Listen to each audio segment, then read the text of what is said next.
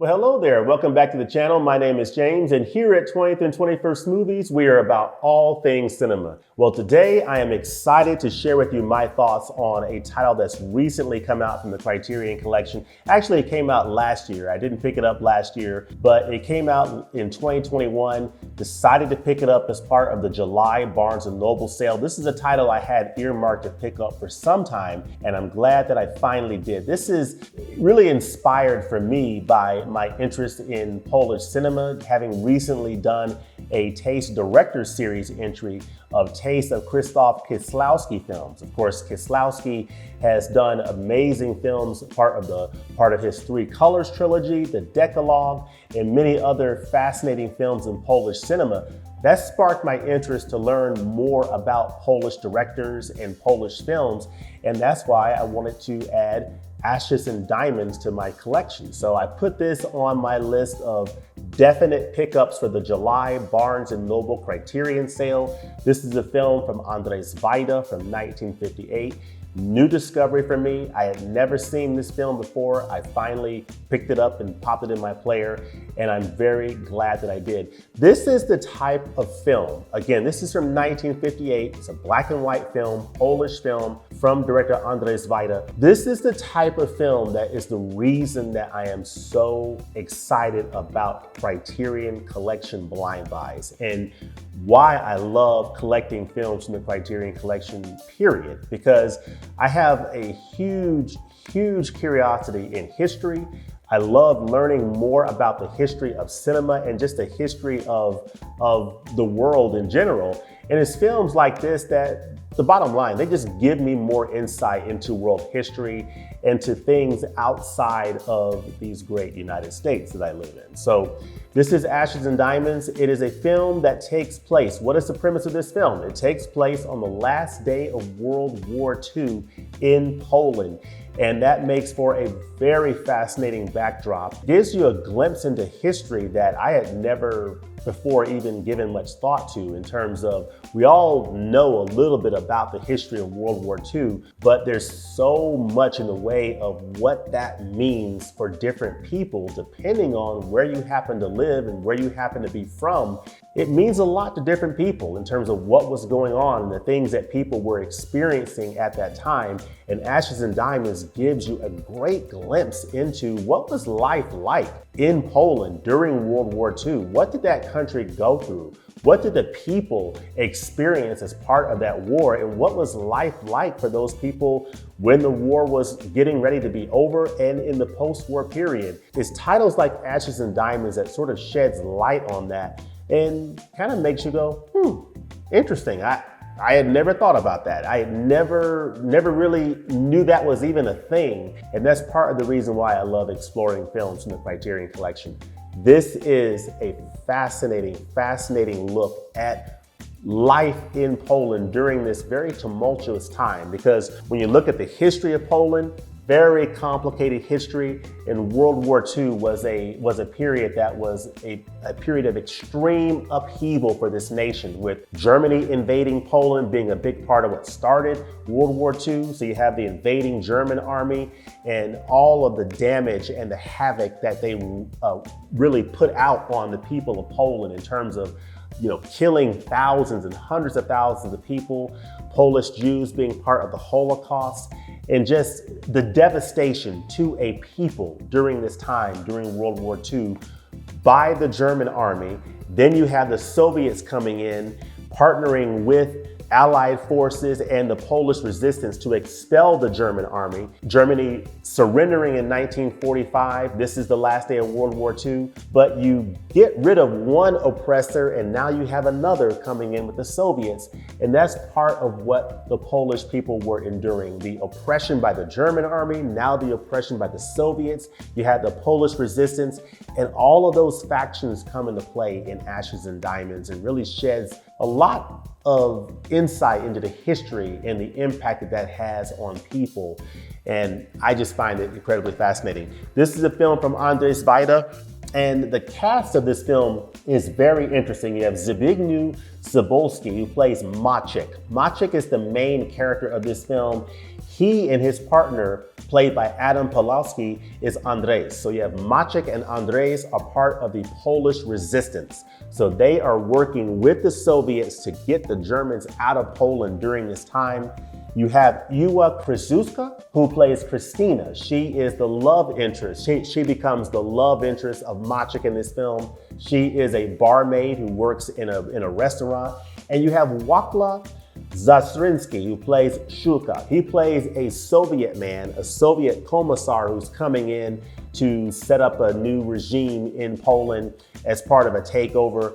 And you've got Maciek and Andrzej. They were allied with the Soviets to get the Germans out. Now things have changed a little bit. Now that Germany's surrendered and Germany's on their way out, you now have the Soviets coming in and starting to set up a new regime, and they're seen as oppressors and commissars. And now the assignment, if you're the Polish resistance, is how do we get the Soviets out? And the assignment that's handed down to Maciek is kill Shulka. And so that is his assignment, to assassinate this man who's come in to take over this area of Poland. And it creates really a moral dilemma as to, okay, we used to partner and be allied with these people, the Soviets. Now we're fighting against them. And just the whole backdrop of the World War is now over. World War II is over. And now what is going to be the future of Poland? What is the state of Poland now? And what is the future destiny of our country? And that's a big part of what Ashes and Diamonds is all about. Let me take a moment to read the back of the Criterion case. This is the Criterion front, by the way. And this is the back of the Criterion here. And it says Ashes and Diamonds. I won't try to pronounce the Polish name here, but it says a milestone of Polish cinema. This electrifying international sensation by Andrzej Wajda, the final film in his celebrated war trilogy. A group of films that make up this war trilogy from Andrzej Wajda. So this Ashes and Diamonds is the third film in that trilogy. The first film was A Generation in 1954 and Canal in 1956. So this 1958 film, Ashes and Diamonds, is the third film in the war trilogy for Andrzej Wajda. It's a DVD set in the Criterion Collection. I think it's now out of print, but it was a DVD set that had all three of these films. Now Ashes and Diamonds has been released on Blu-ray. So Celebrated War Trilogy entwines the story of one man's moral crisis with the fate of a nation. In a small Polish town on the final day of World War II, Maciek, the coolly charismatic Zbigniew Cybulski, a fighter in the underground anti-communist resistance movement, has orders to assassinate an incoming commissar. But when he meets and falls for a young barmaid, Ewa Krzyzewska, he begins to question his commitment to a cause that requires him to risk his life. Ashes and Diamonds' lustrous monochrome cinematography, wreathed in shadows, smoke, and fog, and spectacularly choreographed set pieces lend a breathtaking visual dynamism to this urgent, incendiary vision of a country at a crossroads in its struggle for self-determination. That's a big part of why I love this film, is why I really like this film quite a bit. And that is what it teaches you about history in the midst of a subject that many of us know a lot about. We know a lot about, at least I know quite a bit about World War II, but what I didn't know was specific to Poland, what that meant to this country and what that meant to the Polish people. Something that's just very fascinating. There's a lot of deep and rich history there in terms of Poland before World War II, the devastation that was put on this nation during World War II by the Germans who invaded, and then by the Soviets, and just all of the forces pulling at this country. And just the history of this country's borders being moved, the country being dissolved, being re-established, borders moved over time. And just what that does to the psyche of a people And it's just part of what fascinates me about this film, really embodying and bringing to fore all of those different concepts. And I just find it to be a very fascinating film. I think that Andrzej Wajda did an amazing job with this movie of setting that stage and really giving us characters that you could really get invested in, starting with Maciek, just played by this incredibly fine actor who did a great job playing this role. In a very complicated role of this young man given this assignment. He falls in love with this young lady who is played brilliantly by Ewa Krzyzewska. And I just think it's just an absolutely beautiful, beautiful story. One of the things that I found fascinating about this film was the innovative filmmaking techniques that went into making this film. One of those techniques was the deep focus photography that is employed in this film, and employed masterfully, I might add, in a couple of scenes in this movie. And it's just the type of thing that when you get exposed to cinema like this, you get exposed to things that you wouldn't normally think would be in a film of this vintage and in a film like this. And you're thinking, wow, okay, so you have the one character on a telephone in focus in the foreground, then you have another character in the background, and they're almost set on the same plane, but you have one that's off to the distance in focus and the other character who is right in the foreground in focus as well.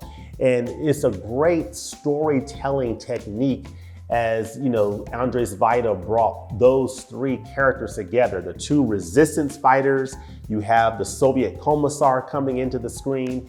And I just think that as a filmmaking technique, I found that to be very interesting in that particular scene, as well as other scenes where you see the influence of previous works of cinema, such as Citizen Kane, such as The Rules of the Game. You see a lot of those influences in Ashes and Diamonds as Andrzej Wajda is pulling from the works of previous films that have come before him, including that deep focus photography, which was employed by Greg Toland working with Orson Welles in creating Citizen Kane, or some of the other sequences where you see, people sort of moving through the frame in almost a trance, almost zombie-like manner toward the end of the film, similar to Jean Renoir's The Rules of the Game. You see influences like that throughout Ashes and Diamonds, and I just found it incredibly fascinating. The photography, the black and white photography, also very beautiful in this film. And the overall storytelling techniques that I think Andrzej Wajda employed in this film, telling the story of this man with this mission, falling in love, and everything that's going on in the 103 minutes of runtime of this film, no minute is wasted. It is purposeful, it moves along at just the right pace, and I really enjoyed this film. A big part of what helped me to really enjoy this film and appreciate it was the commentary that's on here from Annette Innsdorf, who made a huge contribution to this overall release. I think she did a great job on that commentary, talking about this film, talking about Andrzej Wajda's filmmaking techniques, talking about the historical importance of this film and its place in Polish cinema, and how it illuminated the things going on with the Polish people during this time, during this very tumultuous period in Polish history. So I think she did a great job contextualizing this film in her commentary on this release. So this is a fascinating film that I've only scratched the surface of. I've seen it a couple of times, and I'm looking forward to revisiting it in the future and just exploring more aspects of Polish cinema, as well as, exploring other directors in this vein. So in terms of the picture quality of this film, this is a black and white film from 1958, and it looks really nice. You've got a new 4K digital restoration with an uncompressed monaural soundtrack. And to cut to the chase, this film looks really nice. I mean, it looks clean. The black and white photography just looks beautifully restored. You have nice contrast. You have a nice level of detail in this image. It is a very solid 4K digital restoration put on a Blu-ray disc of a black and white film. And what I really appreciated about it was just how clean the image is. There's no, it's not juddery, it's very stable, it's very clean. You don't see a lot of flickering at all. It's just a beautiful, clean black and white image with a nice level of grain, not too heavy in the grain department, very nicely resolved, and just a very nice, beautiful, high definition image as part of this 4K restoration. The film also sounds quite nice with that uncompressed monaural soundtrack. I could make out what everybody was saying. Couldn't understand it, which is why I had to read the subtitles. This is a Polish film, but the dialogue was very clear and the sound and the soundscape was very clear on this monaural soundtrack. So from a presentation standpoint, double thumbs up, very solid presentation from Criterion of this film. If I had to grade it, which I don't give grades here, but if I did have to grade it, I would say a solid B across the board in terms of the video and audio presentation. Now, the special features on here are pretty light, but the special features are very strong, including that commentary from Annette Innsdorf. Annette Innsdorf is I believe she is a Columbia University professor, and she has studied the films of Andrzej Wajda for a number of years. She studied his films, taught his films, and she also had the opportunity to be an interpreter for him. So she had the opportunity to work directly with director Wajda and get to know him personally. And so her voice on this commentary is so huge because she knew the director personally and really has a deep appreciation for his filmmaking techniques and the importance of his film. So she can definitely speak with authority, and it comes across beautifully on the commentary track for this film. And it was recorded in 2004, so it's an 18-year-old commentary track from Annette Innsdorf, very informative. Annette Innsdorf also came back several years later for last year's release to do a new video essay on this film's legacy, and that video essay is excellent. So highly recommend that. Definitely listen to the commentary, watch that video essay. And then the third big feature on here is Andrzej Wajda on Ashes and Diamonds, a 2005 program that featured the director Andrzej Wajda, as well as the second director Janusz Morgenstern and film critic Jerzy Plazuski. So this film is based on a novel from Jerzy Andrzejewski.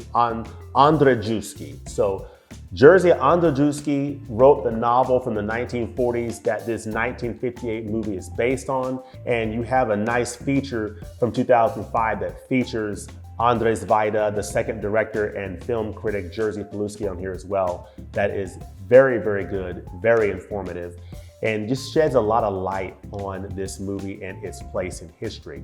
On the inside here, check out this inside. Isn't that nice?